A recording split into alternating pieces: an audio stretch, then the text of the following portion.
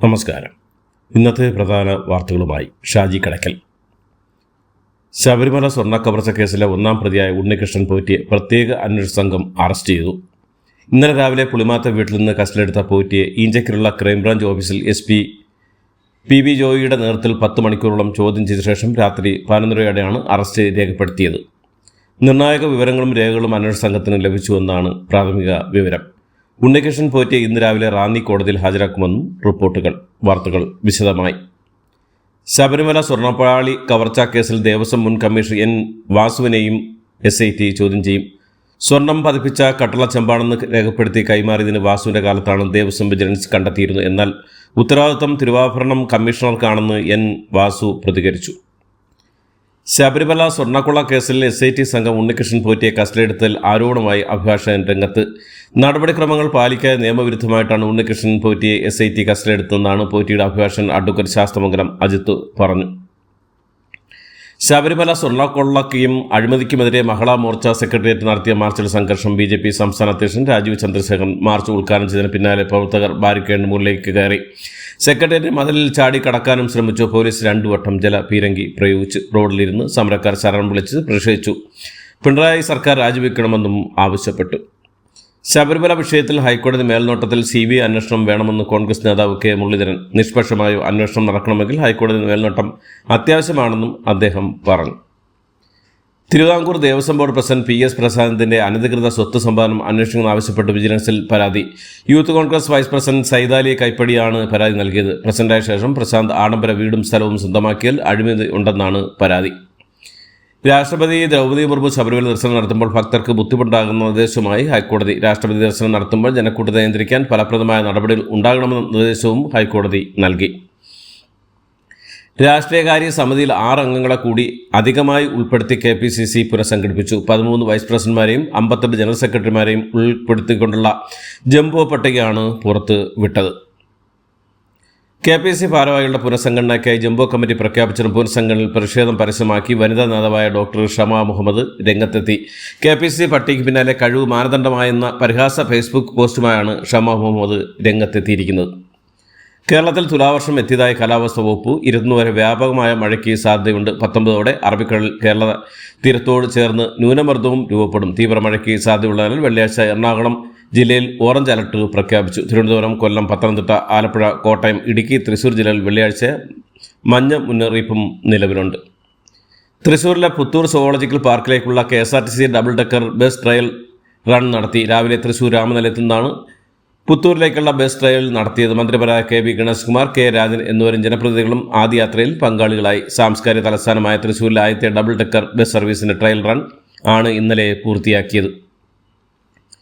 നേതൃത്വവുമായി ഇടഞ്ഞു നിൽക്കുന്ന മുതിർന്ന CPM നേതാവ് G സുധാകരനുമായി അനുനയ നീക്കത്തിനൊരുങ്ങി CPM നേതൃത്വം. CPM കേന്ദ്ര കമ്മിറ്റി അംഗം CS സുജാത, ആലപ്പുഴ ജില്ലാ സെക്രട്ടറി R നാസർ, ജില്ലാ സെക്രട്ടേറിയറ്റ് അംഗം G സത്യപാലൻ എന്നിവർ G സുധാകരന്റെ വീട്ടിലെത്തി കൂടിക്കാഴ്ച നടത്തി. ഒപ്പം CPM നടത്തുന്ന പരിപാടിയിലേക്ക് സുധാകരന്റെ നേതാക്കൾ ക്ഷണിക്കുകയും ചെയ്തു. VS അച്യുതാനന്ദൻ സ്മാരക കേരള പുരസ്കാര വിതരണ ചടങ്ങിലേക്കാണ് ക്ഷണം. RSS പ്രവർത്തകൻ അനന്തു അജിയുടെ ആത്മഹത്യയുമായി ബന്ധപ്പെട്ട് ആത്മഹത്യാ പ്രേരണ കേസെടുക്കാൻ കഴിയില്ലെന്നും അന്വേഷണ സംഘത്തിന് നിയമോപദേശം. എന്നാൽ പ്രകൃതി വിരുദ്ധ ലൈംഗിക പീഡനത്തിന് കേസെടുക്കാമെന്നും പോലീസിന് നിയമോപദേശം ലഭിച്ചു. സംഭവത്തിൽ പൊൻകുന്നം പോലീസ് തമ്പാനൂർ പോലീസിന് റിപ്പോർട്ട് കൈമാറും. കോട്ടയം സ്വദേശിയായ അനന്തു സജിയെ തിരുവനന്തപുരത്തുള്ള ഹോട്ടലിലാണ് ആത്മഹത്യ നിലയിൽ കണ്ടെത്തിയത്. അനന്തു അജിയുടെ ആത്മഹത്യയിൽ പ്രതികരണമായി DYFI. അനന്തുവിൻ്റെ ആത്മഹത്യയല്ലെന്നും RSS നടത്തിയ കൊലപാതകമാണെന്നും DYFI സംസ്ഥാന സെക്രട്ടറി VK സനോജ് മാധ്യമങ്ങളോട് പറഞ്ഞു.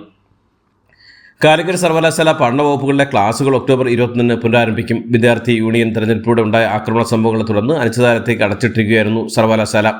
നിലവിൽ ഹോസ്റ്റലുകൾ 20 തുറക്കുമെന്നും ക്ലാസുകൾ 20 പുനരാരംഭിക്കുമെന്നാണ് വൈസ് ചാൻസലർ അറിയിച്ചിട്ടുള്ളത്. കൈക്കൂലി വാങ്ങുന്നതിനിടെ കൊച്ചി കോർപ്പറേഷനിലെ 2 ഉദ്യോഗസ്ഥർ പിടിയിൽ. ഇടപ്പള്ളി സോണൽ ഓഫീസിലെ സൂപ്രണ്ട് ലാലിച്ചൻ, ഇൻസ്പെക്ടർ മണികണ്ഠൻ എന്നിവരെയാണ് വിജിലൻസ് പിടികൂടിയത്. അവധി ദിവസങ്ങളിൽ ഹാൻഡെക്സ്, ഹാൻവീവ് എന്നീ സ്ഥാപനങ്ങൾ അടച്ചിടുന്നതിനെതിരെ മന്ത്രി P രാജീവ്. അവധി ദിവസങ്ങൾ കൂടുതൽ സമയം പ്രവർത്തിക്കണമെന്നും സർക്കാർ ജീവനക്കാർ എന്ന് കരുതി അവധിയെടുത്താൽ വിൽപ്പനശാലകൾക്ക് മുന്നോട്ട് പോകാനാകില്ലെന്നും മന്ത്രി പറഞ്ഞു. എൻഡോസൾഫാൻ ദുരന്തബാധിതർ കാസർഗോഡ് ജില്ലാ കളക്ടർ ഓഫീസ് ഉപരോധിച്ച് ദുരന്തബാധിതരുടെ ലിസ്റ്റിൽ നിന്ന് കാരണം പറയാതെ ഒഴിവാക്കിയ 1031 പേരെ ലിസ്റ്റിൽ ഉൾപ്പെടുത്തി സഹായം നൽകുമെന്ന മുഖ്യമന്ത്രി ഉറപ്പ് പാലിക്കണമെന്നും ആവശ്യപ്പെട്ടായിരുന്നു സമരം. സമസ്തയിലെ വിഭാഗീയ പ്രശ്നങ്ങൾ പരിഹരിക്കാൻ പുതിയ സമിതിയെ നിയോഗിച്ചു. സമസ്ത അധ്യക്ഷൻ ജിഫ്രി മുത്തുക്കോയ തങ്ങളും ലീഗ് അധ്യക്ഷൻ പാണക്കാട് സോദിഖ് അലി തങ്ങളും തമ്മിലുള്ള കൂടിക്കാഴ്ചയിലാണ് തീരുമാനം. മുഖ്യമന്ത്രി പിണറായി വിജയന്റെ പ്രൈവറ്റ് സെക്രട്ടറി ആയിരുന്ന KK രാഗേഷിനെ പ്രകീർത്തിച്ചതിൽ വിശദീകരണവുമായി ദിവ്യ S. അയ്യർ.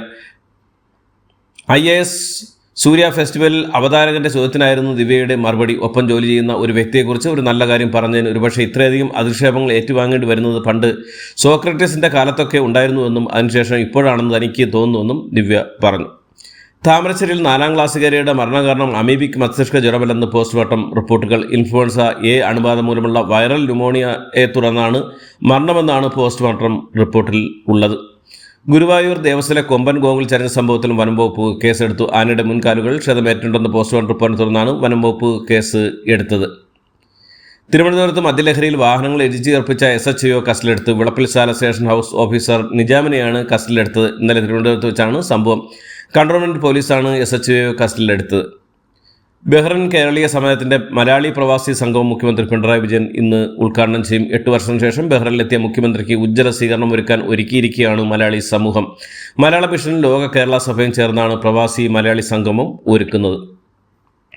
ആന്ധ്രാപ്രദേശിൽ വൻ നിക്ഷേപമായി Lulu group. Andhra Pradesh industrial infrastructure corporation harbour പാർക്കിൽ 13.5 ലക്ഷം ചതുരശ്ര അടിയിലുള്ള 1222 കോടി രൂപയാണ് ഷോപ്പിംഗ് മാളിലാണ് യാഥാർത്ഥ്യമാകുന്നത്.